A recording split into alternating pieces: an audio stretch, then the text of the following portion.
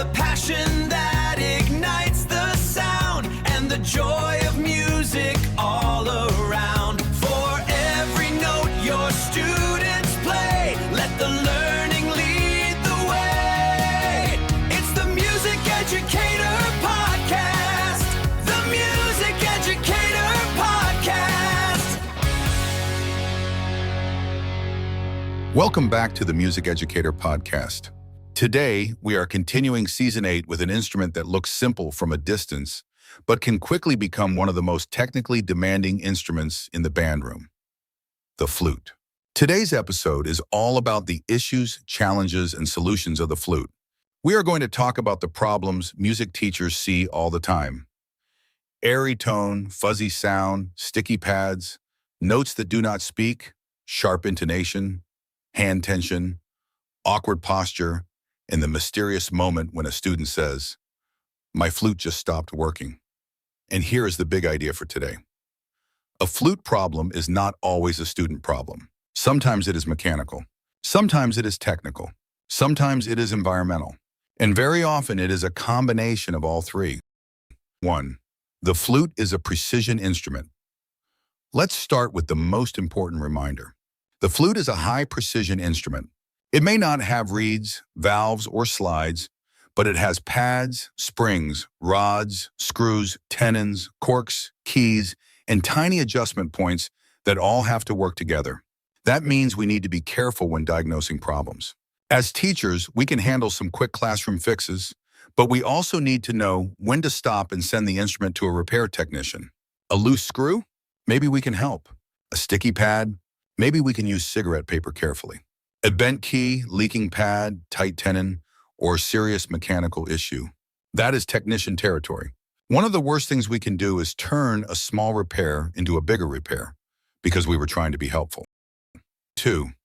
Common mechanical problems. Let's talk about some of the common flute problems that show up in the band room. The first one is floppy keys. Sometimes a student brings up a flute and says, "This key is just hanging there." That may mean a needle spring has popped out of place. This can happen when a cleaning cloth catches the spring during cleaning. In some cases, a spring hook or small tool can guide the spring back to its post. But this should be done gently, and students should be taught to clean carefully so they are not snagging the mechanism. Another common issue is sluggish or seized keys. This is where a key moves slowly or does not return correctly. The cause may be dirt, rust, or old oil inside the rods. The important warning here is simple: do not add oil. Adding oil to an already dirty mechanism can make the problem worse. That is a professional cleaning issue. Then we have key leaks. This is one of the big ones. If a student has squawking notes, notes that do not speak, or certain pitches that suddenly stop working, the issue might be a loose adjustment screw or a pad that is not sealing. You can check for obvious screw issues, but if the pad itself is leaking, dried out, cracked, or shifted, that needs a technician. Another problem is sticky pads.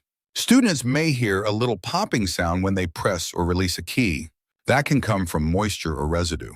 A common fix is to place cigarette paper between the pad and tone hole and gently press the key. But here is the warning. Do not pull the paper while the key is closed.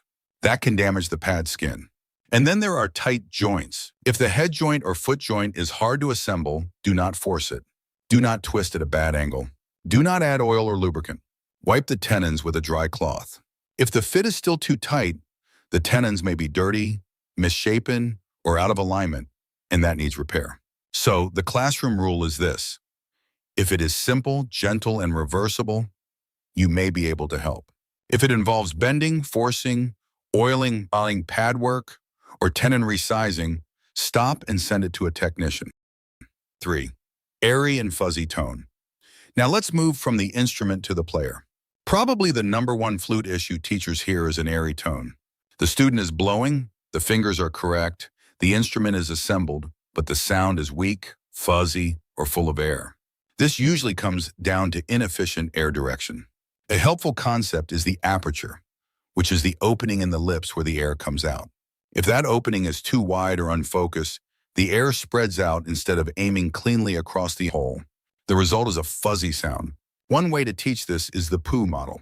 Have the student form a small, round opening, almost like saying poo, The goal is not tension. The goal is focus. Another model is the sleepy lips model. The student relaxes the lips as if they are getting sleepy, allowing the lips to part naturally. This can help students avoid pinching. The key is to avoid two extremes, too loose, and the air spreads everywhere. Too tight, and the sound becomes thin, sharp, and strained. A good flute sound needs a focused airstream, but it also needs relaxed flexibility. 4. Finding the sweet spot. Another major tone issue comes from poor lip plate placement. Students often place the flute too high, too low, too rolled in, or too rolled out. A good starting point is to place the inside edge of the lip plate near the boundary where the lower lip meets the chin skin. That gives the student a consistent reference point. From there, students need to experiment with air direction. The goal is not just to blow harder. In fact, blowing harder often makes the problem worse.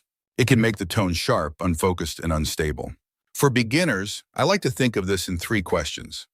Is the flute placed consistently? Is the aperture small and focused?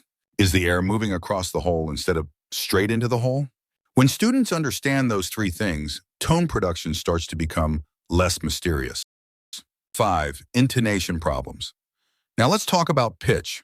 Flute intonation can be tricky because students often try to fix pitch by moving the entire instrument. They roll in, they roll out, they lift their head, they drop their head, and every time they do that, the tone quality changes.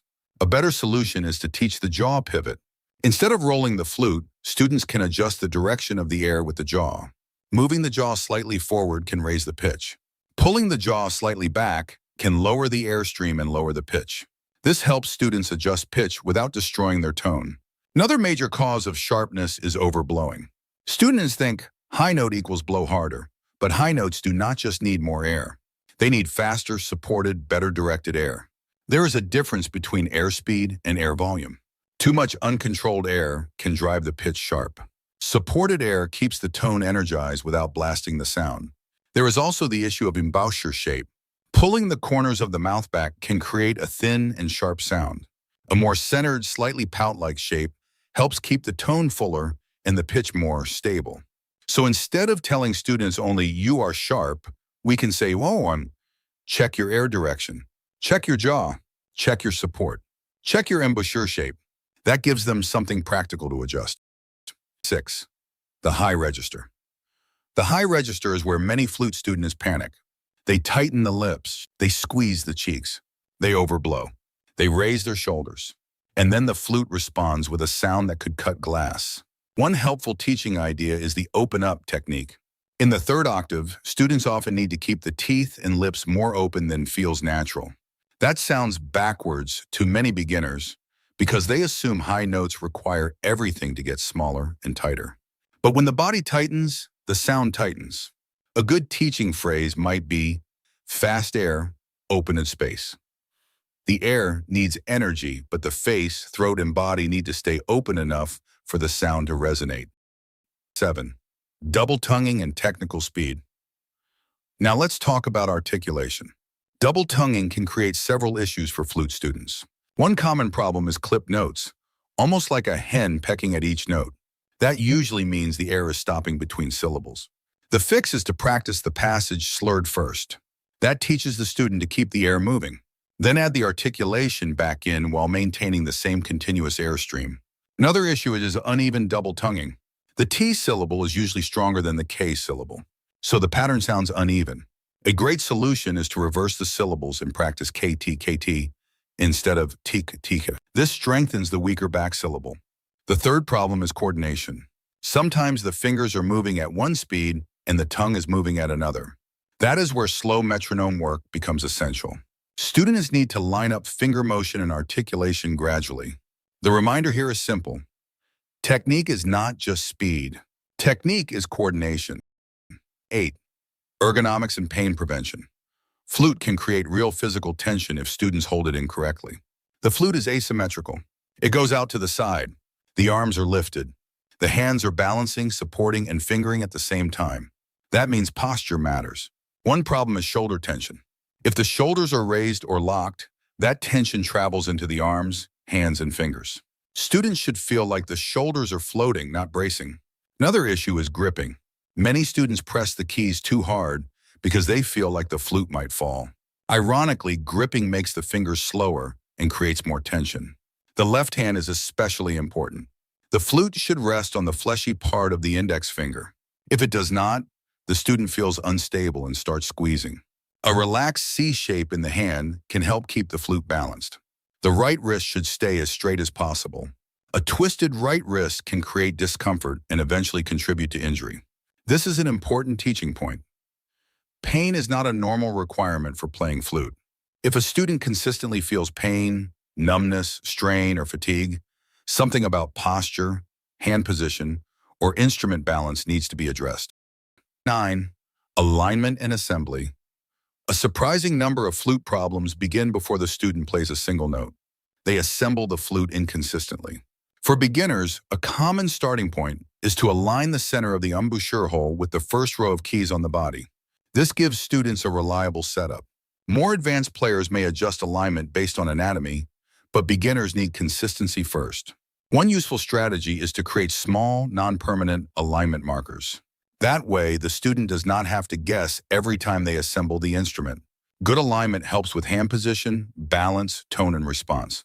Bad alignment makes the student fight the instrument. 10. Environmental care and maintenance. Now let's talk about preservation. Daily care matters. Students should swab the inside of the flute to remove moisture. They should wipe fingerprints off the outside to reduce tarnish. They should avoid jewelry that can scratch the finish. They should use a flute stand during breaks instead of leaving the flute on a chair. And for wooden flutes or higher-end instruments, humidity matters. The report recommends maintaining relative humidity around 45 to 60%. Too dry and wood can crack. Too unstable and pads and materials can suffer. Students do not need to become repair technicians, but they do need to understand that the flute responds to how it is handled, stored, cleaned, and assembled. Maintenance is not separate from performance. Maintenance is part of performance. 11. A teacher's diagnostic checklist. So when a flute student comes to you and says, "It doesn't work," here is a practical teacher checklist. First, ask, is it mechanical? Are the keys moving? Are springs connected? Are pads sticky? Are screws loose? Are certain notes not responding? Second, ask, is it set up? Is the head joint aligned? Is the foot joint aligned? Is the flute assembled comfortably? Third, ask, is it tone production? Is the aperture focused? Is the air aimed correctly? Is the student overblowing?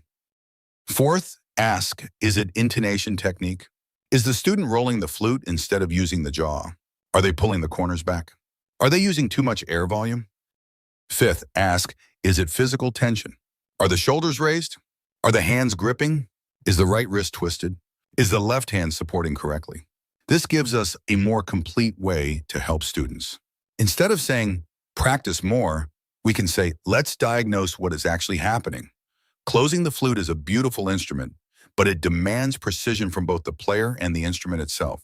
When students struggle, we need to look at the whole picture: mechanics, air, embouchure, alignment, posture, and maintenance. And the best flute teaching does not just correct problems. It helps students understand why the problem is happening. So here is today's final takeaway. A better flute sound starts with better diagnosis.